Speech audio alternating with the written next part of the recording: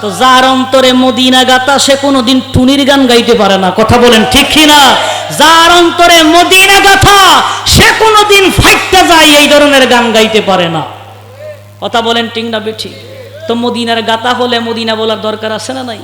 তে মোহব্বতের আওয়াজে কোনদিন তোমাকে দেখিনি গো হায়, ও গো নবী একবার দেখা, মাশাআল্লাহ, ও গো নবী একবার দেখা দাওয়া মায়, ও গো নবী একবার প্রাণ ভরে দেখব রোজা তোমার, শীতল হবে মোর কলিজায় আমার, কথা বলেন ঠিক কিনা?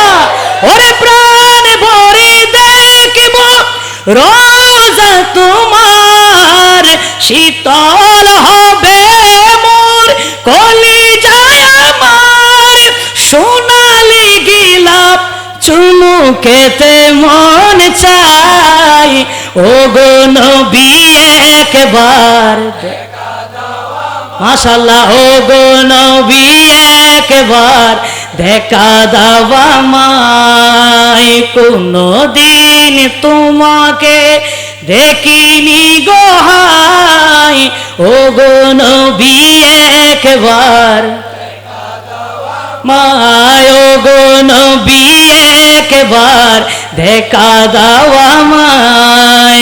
আমার নবীর নূর মুবারক বহন করেছিলেন আদম আলাইহিস সালাম সরাসরি জান্নাত থেকে দুনিয়ার জমিনে, কথা বলেন ঠিক কিনা? জিজ্ঞেস করলেন আব্দুল্লাহ ইবনে আব্বাস, বলেন ইয়া রাসূলুল্লাহ আর কোথায়? বলেন নূহ আলাইহিস সালাম যখন নৌকায়, আমি নবী নূহের নৌকায় ছিলাম, যখন ইব্রাহিম আলাইহিস সালাম অগ্নিকুণ্ডলীর ভেতরে, আমি নবী অগ্নিকুণ্ডলীর ভেতরে ছিলাম, তখন আগুন বলেছিল আল্লাহ, আগুন বলেছিল আমি ইব্রাহিমকে জ্বালাবো কিভাবে? সেখানে তো আখির জামানার নবী নূর মুবারক ইব্রাহিম আলাইহিস সালামের পৃষ্ঠদেশে চমকাচ্ছে, জোরে বলেন সুবহানাল্লাহ। ইব্রাহিম আলাইহিস সালাম থেকে ইসমাইল আলাইহিস সালামের পৃষ্ঠদেশে চলে আসলেন, গর্দানের উপর তরবারি চলে, ছুরি বলে, হে ছুরি বলতেছে ইব্রাহিম আমি কাটবো কিভাবে? যেখানে আখির জামানার নবীর নূর মুবারক ইসমাইল আলাইহিস সালামের ললাটে চমকাচ্ছে, সেজন্য আমি ছুরি ইসমাইলের গর্দান কাটতে পারবো না, জোরে বলেন সুবহানাল্লাহ। এটা ইব্রাহিম আলাইহিস সালাম দোয়া করেছিলেন আল্লাহর ঘর খানায়ে কাবাকে সামনে রেখে, বলছে আল্লাহ আখির জামানার যে নবী আপনি পাঠাবেন ওইটা যেন আমার সন্তান ইসমাইল আলাইহিস সালামের গর্ভ থেকে বংশধর থেকে পাঠান, জোরে বলেন সুবহান। এজন্য আমার নবীর বংশধর হলো হযরতে ইসমাইল আলাইহিস সালাম, জোরে বলেন সুবহানাল্লাহ। নূর শেষ হবে কিভাবে?